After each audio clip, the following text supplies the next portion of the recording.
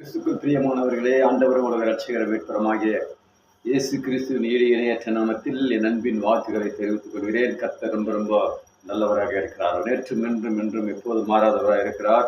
வானத்தை பூமியை உண்டாக்கின கர்த்தரிடத்திலிருந்து உனக்கும் எனக்கும் ஒத்தாசை வந்து கொண்டிருக்கிறது. ஆமென், ஹல்லேலூயா. தொடர்ந்து கர்த்தருடைய வார்த்தையை கேட்கிறவர்களே, ஆண்டவர் அனுதின வாழ்க்கையில உனக்கும் எனக்கும் அவர் உதவி செய்ய போனமானார். அது மாத்திரமல்ல, அவர் மன்னிக்கிறவராய் காணப்படுகிறார். அவர் மன்னிக்கிற தேவன். ஹல்லேலூயா.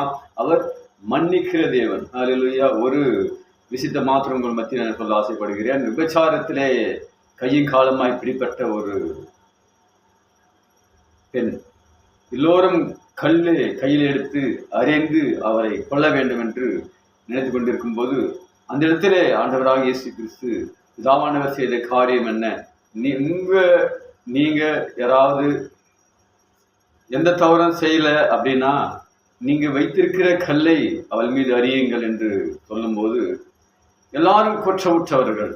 ஆனாலும் பாருங்க, கடைசி வேளையிலே அந்த மகளை பார்த்து, இனி எந்த ஒரு கேடும் செய்யாதபடி நீர் மனம் திரும்பு அப்படி என்று மன்னித்த தேவன். எனக்கு அன்பான தேவ ஜனமே, இந்த காரியங்களை குறித்து உங்களோடு கூட அநேக விதமாய் பேச முடியும். ஆனாலும் சுருக்கமாக உங்கள் மத்தியிலே சில வார்த்தைகளை சொல்லி, மன்னிக்கிற தேவன், அவர் உனக்கும் எனக்கும் அவர் மன்னிப்பு தருகிறவர்.